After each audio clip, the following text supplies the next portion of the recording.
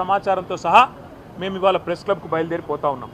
ముఖ్యమంత్రి గారు నిన్ననే బయలుదేరి ఢిల్లీ పోయినారంట. మేము అనుకున్నాం వస్తారేమో అనుకున్నాం, ఆయనే ముచ్చటపడి పిలిచిండు కదా వస్తారేమో అనుకున్నాం. రావడం లేదని నేను అనుకుంటా ఉన్నాను, ఎందుకంటే ఢిల్లీలో ఉన్నానని చెప్తున్నారు. మరి వ్యవసాయ మంత్రి గారు వస్తారా, లేదా ఇంకెవరన్నా బాధ్యత గల మంత్రి గారు వస్తారా, లేక ఉప ముఖ్యమంత్రి గారు వస్తారా మాకు తెలియదు. ఎందుకంటే ముఖ్యమంత్రి గారు స్వయంగా విసిరిన సవాల్ కాబట్టి తప్పకుండా వారి ప్రభుత్వం నుంచి ఎవరన్నా ఒక బాధ్యత గల వ్యక్తి వస్తారని నేను అనుకుంటా ఉన్నా. మేము పోతాము, అక్కడ ఎదురు చూస్తాం.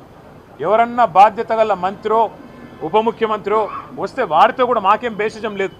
ముఖ్యమంత్రి రావాలి అని మేమేం అంటలేం. ముఖ్యమంత్రి గారి తరఫున ఒక మంత్రి వచ్చినా వారితో చర్చించడానికి మేము సిద్ధంగా ఉన్నాం. ఎందుకంటే ఇంపార్టెంట్ సబ్జెక్ట్, రైతుల సబ్జెక్ట్ కానీ తెలంగాణ యువత సబ్జెక్ట్ కానీ 2 లక్షల ఉద్యోగాలు ఇస్తానని చెప్పి అశోక్ నగర్లో ఛాయ్ అడ్డా మీద ఛాయ్ దాక్కుంటా రాహుల్ గాంధీ గారు స్వయంగా ఇచ్చిన మాట మీద కూడా చర్చించడానికి సిద్ధమా అని ముఖ్యమంత్రి గారు అన్నారు. దాని గురించి కూడా మేము సిద్ధమే. అందుకే ఇవాళ మేమందరం కూడా కదిలి ప్రెస్ క్లబ్కి పోతా ఉన్నాం.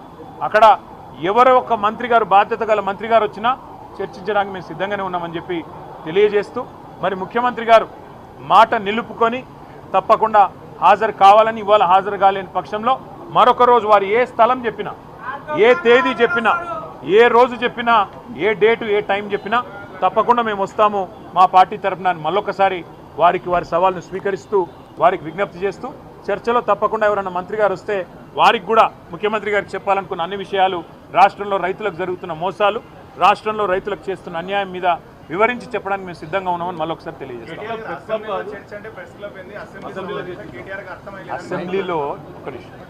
అసెంబ్లీలో చర్చ అంటే అక్కడ మైకు ఇయ్యరు, కట్ చేస్తారు. అయినా అసెంబ్లీలో కూడా మేము రెడీగానే ఉన్నాం.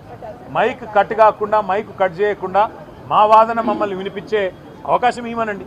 కెమెరా మా దిక్కు పెట్టరు, మైకు కట్ చేస్తారు. మా సీనియర్ మాజీ మంత్రులు మాట్లాడినా 6 సార్లు 7 సార్లు 8 సార్లు గెలిచిన శాసనసభ్యులు మాట్లాడి